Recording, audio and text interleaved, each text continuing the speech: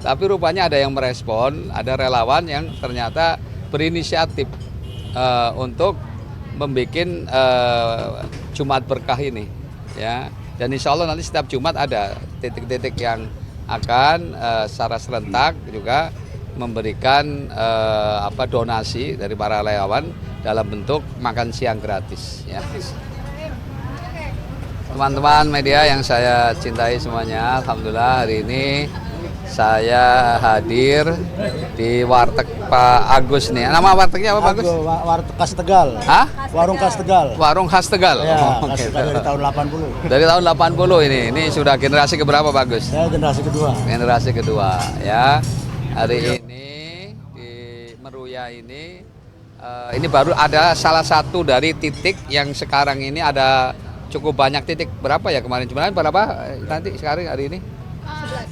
200 titik ya di Jakarta ini dari relawan yang ternyata terpancing dengan pernyataan saya sebelumnya bahwa insya Allah untuk para ojol kita akan ada makan siang gratis gitu ya. Jadi berawal dari situ ya. Ternyata sebenarnya ketika kita dialog dengan para ojol sebetulnya mereka yang diutamakan adalah kepastian hukum kan, ya, bukan masalah makan siangnya. Tapi rupanya ada yang merespon, ada relawan yang ternyata berinisiatif untuk membuat Jumat Berkah ini, ya. Dan insya Allah nanti setiap Jumat ada titik-titik yang akan secara serentak juga memberikan donasi dari para relawan dalam bentuk makan siang gratis, ya. Baik sebelum atau sesudah Jumatan. Jadi rata-rata titik-titik itu wartegnya itu dekat dengan masjid, ya. Supaya mereka setelah atau sebelum Jumat bisa menikmati hidangan warteg, ya. Sebagaimana kita ketahui bahwa tentu bukan pengertiannya hanya warung Tegal saja, ya. Warung nasi lah pada dasarnya. Jadi yang warung nasi yang dari berbagai daerah ya kita libatkan, ya, termasuk juga warung Padang, ya, itu juga kita libatkan. Jadi semuanya mereka asal ya kategorinya harganya bisa sama ya 12.000 ya per bungkus. Dan alhamdulillah ya di sini per 2.000 ini bisa kenyang ya kalau di warteg ya. Sudah pakai telur ya bagus ya. Sudah pakai. Ayam malah. Kalau ada ayam juga ya coba 12.000 ya. Artinya kita bisa lihatlah bagaimana kontribusi warteg untuk rakyat Jakarta. Jadi kontribusinya sudah luar biasa ya. Targetnya adalah 150.000 ya porsi, ya 150.000 porsi ya per Jumat Berkah ya. Jadi bisa berapa titik tuh, banyak sekali ya. Itu alhamdulillah. Jadi itu relawan yang berinisiatif sendiri. Mereka menggalang ya untuk bagaimana terpanggil untuk ikut dalam memberikan makan siang gratis ya berbagai kalangan. Berarti ya. Pak satu hari ini 150 porsi satu warteg. 150.000 porsi. 150 porsi satu warteg. Iya, kalau satu wartegnya itu tadinya targetnya 300, cuma kelihatannya berat ya. Jadi akhirnya 150 porsi ya per warteg. Jadi kita bisa ada sekarang tinggal kalikan saja berapa titik untuk target itu. Pak, rencananya akan diberikan kupon-kupon nggak sih Pak buat para misalnya peserta-peserta yang dapat traktiran ini Pak? Atau gimana bentuknya?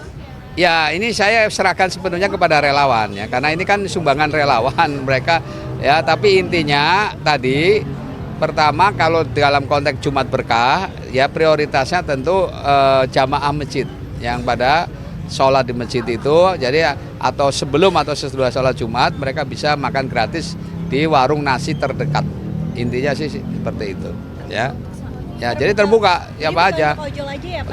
Tidak kan juga ininya banyak porsi ya 150 porsi kan tidak mungkin ojol semua ya. Dan ojol kan nanti ada di berbagai tempat juga ya. Yang sempat mereka mampir ke Jumat Berkah ya silakan. Ya, intinya bebas. Kita tidak mengkotak-kotakan. Tentu mereka pasti ingin makan gratis kan karena pasti ada keterbatasan kan. Yang pada punya mungkin juga kan nggak enak makan siang gratis, tapi pasti lebih banyak orang-orang yang memang membutuhkan. Intinya kita tidak mengkotak-kotakan siapapun, selama titik itu dijadikan titik Jumat Berkah, maka boleh siapapun mengakses di situ, boleh makan siang. Ya, nah di sini ada tandanya ya. Jadi traktiran Ridho ya. Kita kan pakainya makanan ya. Ada bakwan ya, bangun kota rawat lingkungan gitu kan. Ya ada apa namanya kue putu ya, kemanapun irit dan hemat waktu gitu. Ya.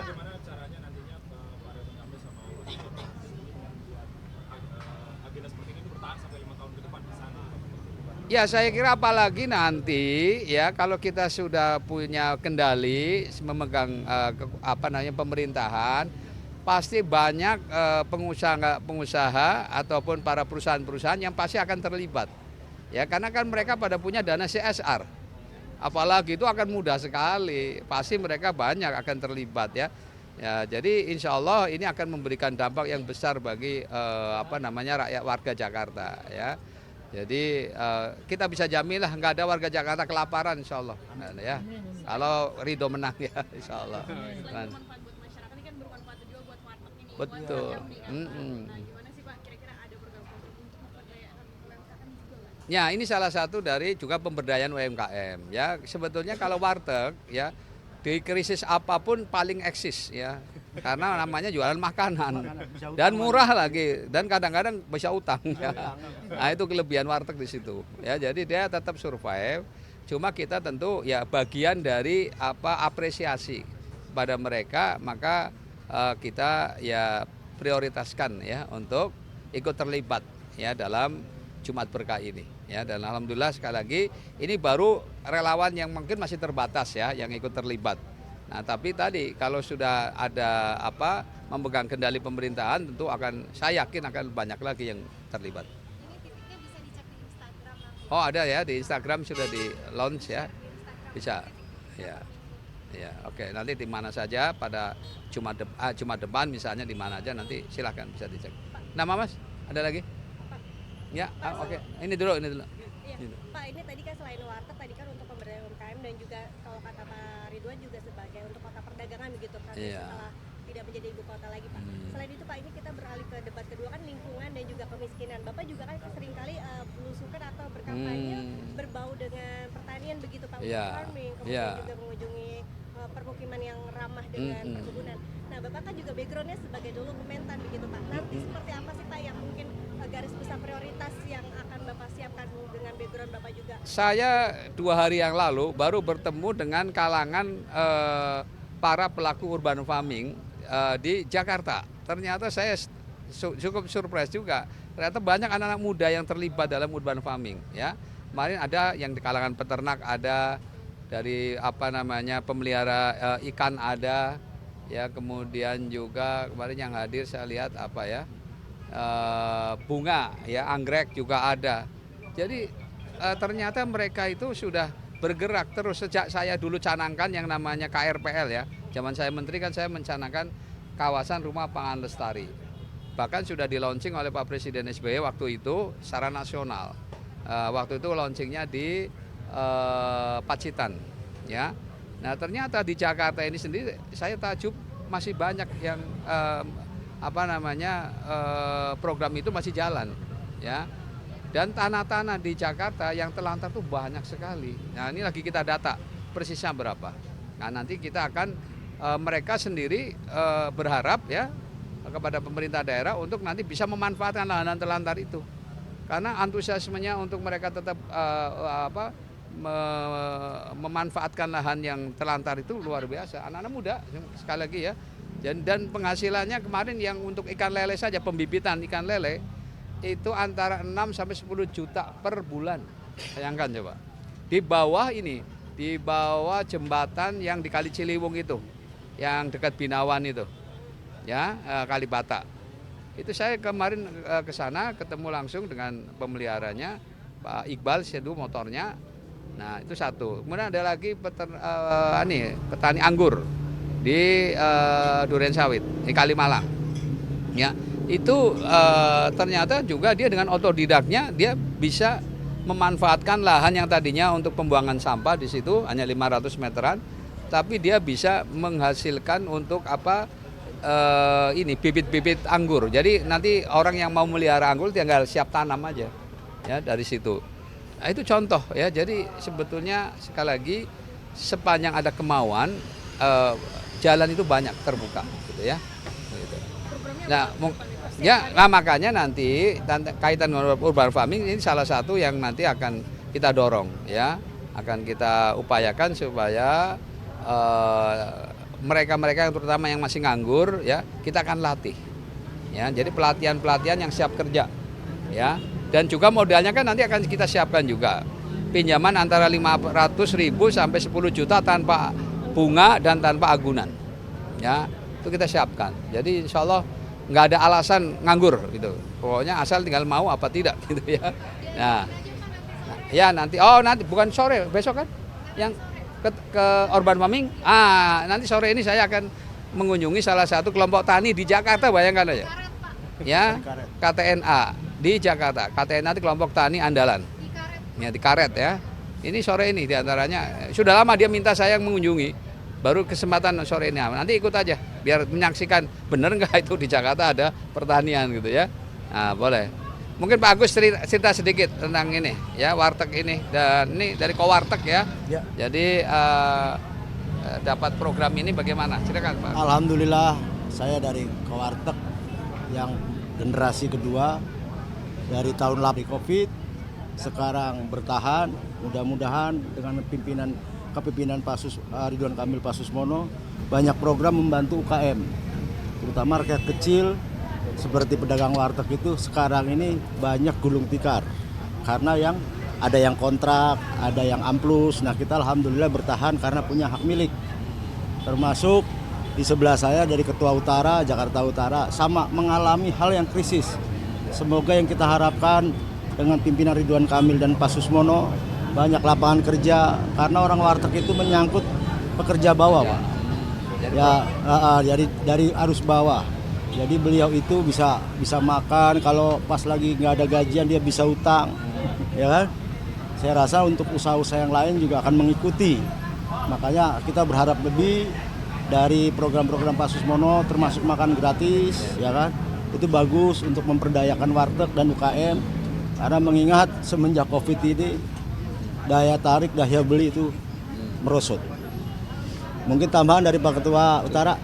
Berarti Pak Agus ini salah satu, ini kan inisiasi dari para Relawan. Artinya ini adalah salah satu dukungan juga artinya untuk mendeklarasikan mendukung pasangan Ridho ini. Iya, betul ya. Karena kita kan lihat program Bapak bagus untuk memberdayakan pengangguran, termasuk kalau memang di Jakarta nggak ada pekerja kan, berarti warteg itu bisa bisa nilainya itu bisa bagus, omsetnya bisa semula lagi.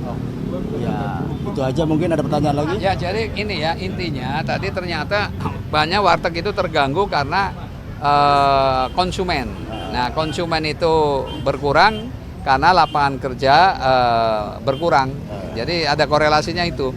Ya, jadi intinya sih tetap warteg insya Allah tetap masih terjangkau lah oleh masyarakat bawah lah ya. Artinya harganya tetap masih bisa ya diandalkan gitu. Pak, terakhir Pak, ini kalau melihat konsep misalnya bertemu atau belanja masalah bertemu warga di warung makan atau warteg, ini kan menjadi salah satu pilihan kepala daerah bahkan dari zaman Jokowi untuk bisa menjaring rakyat kecil begitu. Seberapa efektif menurut Bapak hal ini bisa istilahnya mengambil hati masyarakat, apalagi ini kan waktunya semakin sempit Pak untuk kontestasi Pilkada 2024? Ya, jadi kebutuhan masyarakat kecil kan intinya pada ya 3 hal kan, yaitu pinter, kenyang, sehat, udah itu. Mantap Pak itu Pak. Ya, jadi singkatannya PKS. Jadi cukup efektif Pak. Iya, ya pinter, kenyang, sehat. Itu orang masyarakat kecil gitu itu. Makanya pertama jelas kita ada program yang namanya petis, pendidikan gratis ya. Jadi nggak ada alasan rakyat kecil nggak sekolah, wong gratis kok ya, baik yang di negeri maupun swasta, ya kan. Nah, yang kedua tadi kenyang. Nah, untuk kenyang kan tentu dia perlu pekerjaan.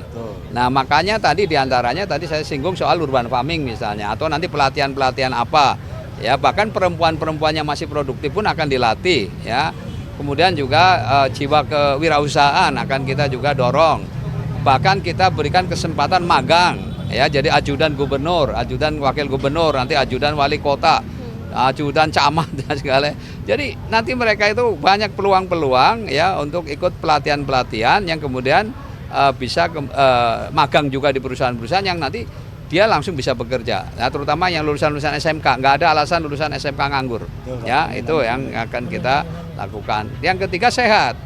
Ya, nah sehat tentu saja bisa preventif. Yang preventif tentu ya kita menghidupkan ya area-area untuk agar mereka bisa menjaga kebugaran dengan senam ya, dengan olahraga ya. Makanya ruang terbuka hijau akan kita ciptakan banyak di Jakarta nanti ya.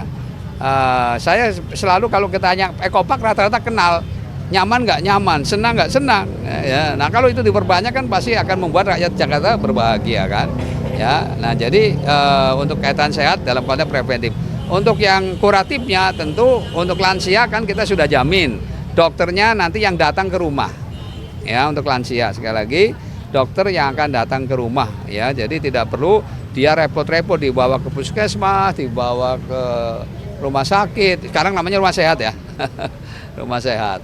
Nah, jadi tidak perlu dibawa mereka dengan repotnya, jadi dokternya yang datang. Ini salah satu dari upaya pelayanan dalam konteks menjaga kesehatan. Ya, BPJS tentu saja juga kita, kemarin saya alhamdulillah sempat bertemu dengan Dirut BPJS ya, artinya untuk Jakarta pokoknya saya berharap dan beliau juga insya Allah akan siap mendukung ya agar pelayanan kesehatan terutama yang kaitan BPJS itu benar-benar dirasakan manfaat yang optimal bagi rakyat Jakarta ya. Jadi tidak ada lagi keluhan-keluhan nunggu lama lah atau apalah ya gitu ya. Jadi insya Allah beliau Pak Gufron ya, saya sudah ketemu beliau akan support untuk Jakarta.